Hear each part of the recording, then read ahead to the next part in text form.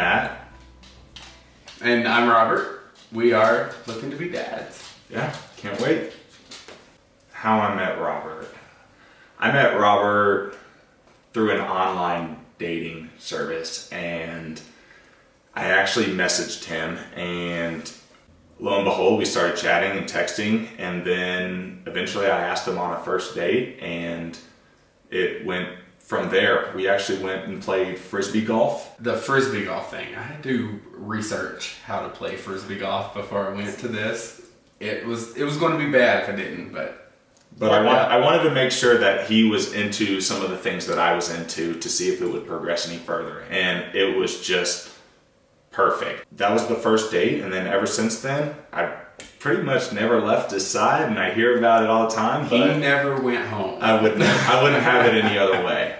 You know, that day I was like, I really like this guy. You know, he's something different for me, and you know, we went our separate ways that night, and then I saw him the next day, and the following day, and the day after that, and maybe a break in between once. When he went for work. But now, and here we are again, you know, it's almost 5 years later. So I grew up in Alabama. I was the youngest of 6. We didn't have a whole lot growing up, but we never wanted for anything. My parents were fantastic. They worked hard to give us what we need. So, you know, at that point in time, we didn't know anything different. We didn't know we were missing out on anything. And looking back on it, had a really good childhood. Growing up in that way gave me an appreciation of family, and I always wanted that. I just didn't know if it was going to happen for us. While being in Alabama, I realized, you know, maybe this is not the best spot for me to kick off a career or better myself, so I joined the Navy. And then from then on, I got to see the world and seen 21 countries, lived in multiple states, got an education, and here I am today. It was really a great experience, and you know, it was twofold. I was able to do something to help, as well as get out of Alabama, better myself. You know, I was the first person to set foot on another country. And to me, that was really emotional for me, and that was a big accomplishment. That was a big accomplishment for me, you know, being the first one to step out of the country, being somewhere where I thought I never would be. I was born in Florida, but then after about 6 months, my parents relocated for work to Rhode Island.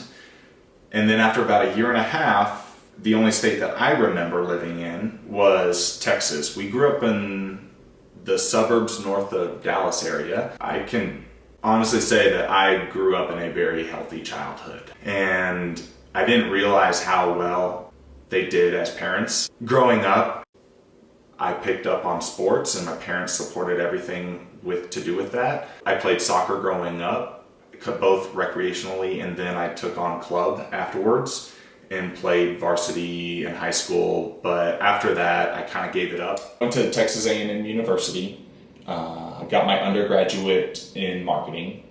I decided I wanted to continue on with my schooling at the time, and I ended up just going straight into graduate school to get my master's as well from Texas A&M University. And I got my master's in marketing again, but this time it had an emphasis on pricing analytics. So once I got out of the Navy, I went to school, used some of the Montgomery GI Bill funds to help pay for school. And at that point in time, I thought business and marketing was going to be the way to go. Coming out, I took a job with a lighting manufacturer. Just doing quotes, kind of just bottom of the rung in this industry I knew nothing about. I had a knack for that, the electric side. You know, a lot of it tied back for me being in the Navy, where I worked not only on the equipment, the intelligence equipment, but also maintained it. So I got to use some of those skills. Never really thought I'd go back into an electrical engineering type role.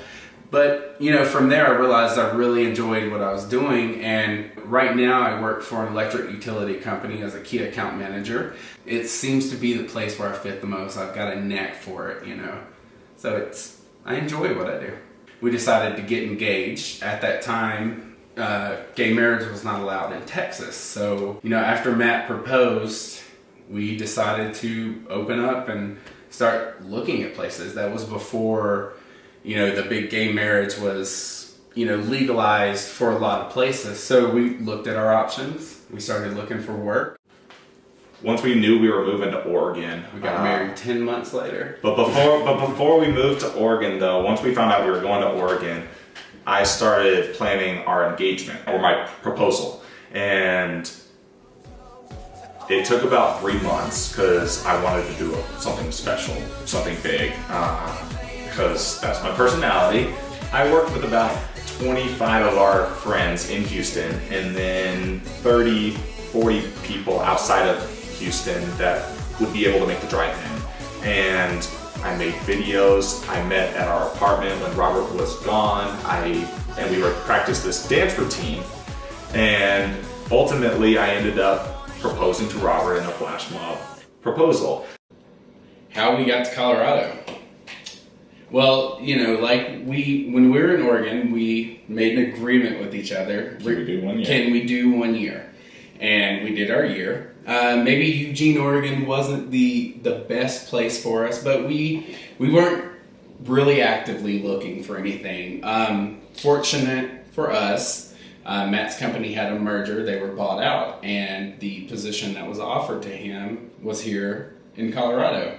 And we jumped on it. And for me, with my experience, it was very easy. I had a job lined up as I was coming in, just transferring over. And so when we got here, we're like, what do? We don't know anyone. We don't know where to go. So, we took that blind leap of faith and was like, yeah, we'll move. It was all paid for. And it was a little bit even more so blind because they allowed us to travel to Colorado to kind of make a pre-decision trip. And then on our pre-decision trip, it just so happened to have about 12 to 18 inch blizzard happen during that time. So we couldn't really go anywhere, see anything to kind of make up a better decision because we were stuck in the hotel because we couldn't really go anywhere. But it was by far the easiest move we've ever made. When we found this place, we had been looking for a lot of places, but this was, just 4 miles, 10 minutes from downtown. We have access to the light rail station. Coming through, it's a new neighborhood. We knew that they were building a park in the center, with water features and swing sets and all activities for the kids. And it's a very family-oriented neighborhood. And just, right across the street, they'll be building a new K-8 school coming up that we would be able to utilize. So at this time, when we were looking to move out of downtown, we knew we wanted to be close enough. We knew we wanted to be somewhere that would be kid-friendly, where we could raise a child in a good home. And it really worked out that we were able to build this place with everything that we want, and it has everything that we would need moving forward with the family. So why adoption? I guess I'll start with that question. One of our biggest goals in life is to become parents. That's my biggest goal. That's Robert's biggest goal. And I truly believe that together, our household is going to be so much fun, so much laughter, and to bring in a child into our house and to provide that kind of positive interactions, I can't find a bigger word to describe how happy that would make me. Besides just unconditional love. And I can't wait to spread that on to our future child. I see Robert as a father between the two of us. One, unconditional love no matter what. Two, like I said, he's going to be more of the disciplinarian of the two of us just because I like to joke nonstop. And sometimes that you need a little bit of discipline in order to teach life lessons. And that's the one thing that excites me the most about Robert, is that he's just going to make sure that this child, no matter what they run into, is going to know that they can succeed in anything in life. I think Matt is going to be the best friend dad. He's going to be the carpool dad. He's going to be the... I imagine I might have to pull Matt away from doing the complete science project type of dad. We already talk about this, and we already talk about how we see something and we're like, I'm like, that's going to be you. And he's like, that's going to be you. And we've kind of got this figured out, but by no means is that going to hold true. Once we hold a baby in our arms, everything may change from what we think is going to happen. But I know, like, for me, what Matt has done for me is made me feel like a better person. Is really changed the way I think to be more of a positive person, to, know that there's really no limits. He's encouraged me more than anybody ever has in my entire life, and I know he's going to encourage our son or daughter to do the exact same thing. No matter how long the wait is, I know when it happens, It's going to be worth it.